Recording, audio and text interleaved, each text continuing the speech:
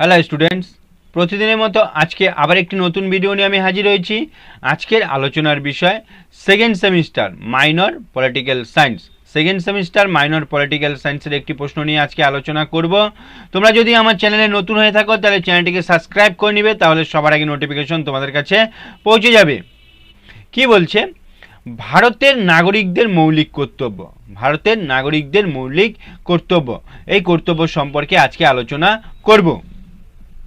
আচ্ছা, কি বলছে? প্রথমে 1949 সাল 26শে নভেম্বর গণপরিষদ কর্তৃক মূল সংবিধান যখন স্বীকৃতি হয় বা গৃহীত হয়, মূল সংবিধান যখন গৃহীত হয় গণপরিষদে, সেই সময় মৌলিক কর্তব্য বলে কোনো উল্লেখ ছিল না।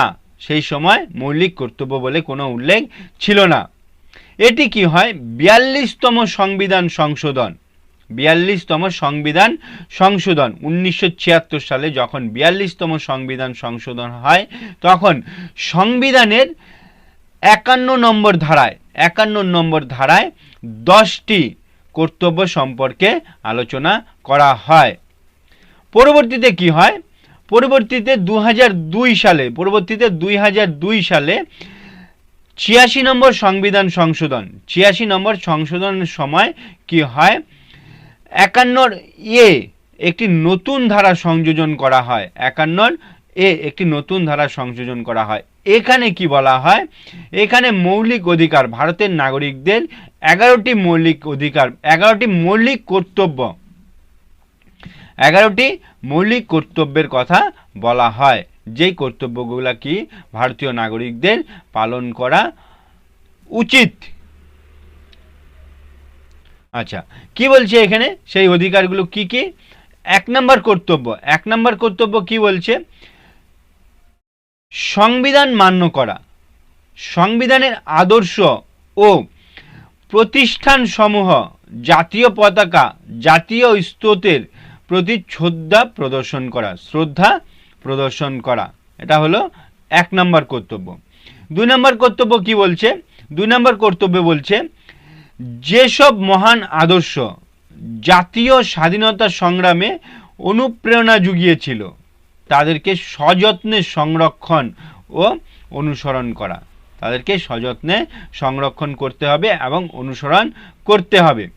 তারপরে 3 নম্বর কি বলছে? ভারতের সার্বভৌমত্ব, ঐক্য এবং সংহতিকে সমর্থন ও সংরক্ষণ করতে হবে। তারপরে 4 নম্বর কি বলছে? দেশ রক্ষা ও জাতীয় সেবামূলক কার্যের আহ্বানে সাড়া দেওয়া, এগুলো কিন্তু সমস্ত কর্তব্য। 5 নম্বর কি বলছে?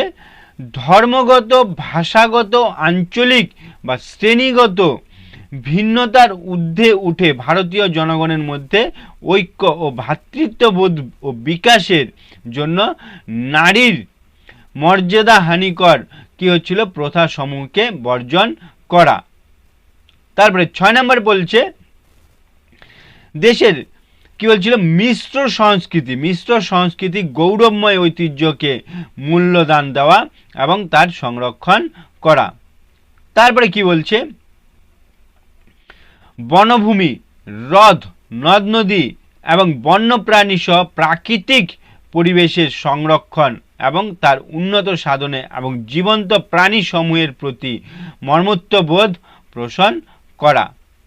8 নম্বর বলছে বৈজ্ঞানিক মানসিকতা এবং মানবিকতা এবং অনুসন্ধিৎসা এবং সংস্কারমুখী দৃষ্টিভঙ্গি প্রসার সাধন করা। তারপরে বলছে 9 নম্বরে সরকারি সম্পত্তি সংরক্ষণ এবং হিংসা বর্জন, সরকারি সম্পত্তির সংরক্ষণ এবং হিংসা বর্জন। 10 নম্বর বলছে সর্বপ্রকার মানে সব ধরনের ব্যক্তিগত ও যৌথ কর্মপ্রচেষ্টাকে উন্নততর পর্যায়ে উন্নতি করার উদ্দেশ্যে বিভিন্ন প্রকার কার্যকলাপের উৎকর্ষ সাধন করা। তারপরে 11 নম্বরে বলছে 6 থেকে 14 বছর কি হচ্ছিল? প্রতিটি শিশুকে শিক্ষাদানের ব্যবস্থা করা, তা পিতামাতা বা অভিভাবকের কর্তব্য। এখানে একটি বিষয় বলে রাখি, এই যে 11টি কর্তব্য সংবিধানের 51 নং ধারায়, 51 নং এবং 51 এ ধারায় যে 11টি কর্তব্য রয়েছে, এই কর্তব্যগুলো কিন্তু নাগরিকদের ব্যক্তিগত, এর জন্য কিন্তু রাষ্ট্র কোনোভাবে দায়ী নয়। নাগরিকদের ব্যক্তিগত তাদের কর্তব্য পালন করা, তারা চাইলে পালন করতে পারে, না চাইলে পালন নাও করতে পারে, সম্পূর্ণটাই কিন্তু নাগরিকদের উপর নির্ভর করবে। রাষ্ট্র কিন্তু এখানে কোনো দায়বদ্ধতা থাকবে না। তোমাদের যদি বুঝতে অসুবিধা হয় আমাকে কমেন্ট করে জানাও, আমি কিন্তু সে বিষয় নিয়ে আবার আলোচনা করব। আজকে এই পর্যন্তই। যদি ভিডিওটি ভালো লাগে লাইক করো, শেয়ার করো, সাবস্ক্রাইব করে নাও।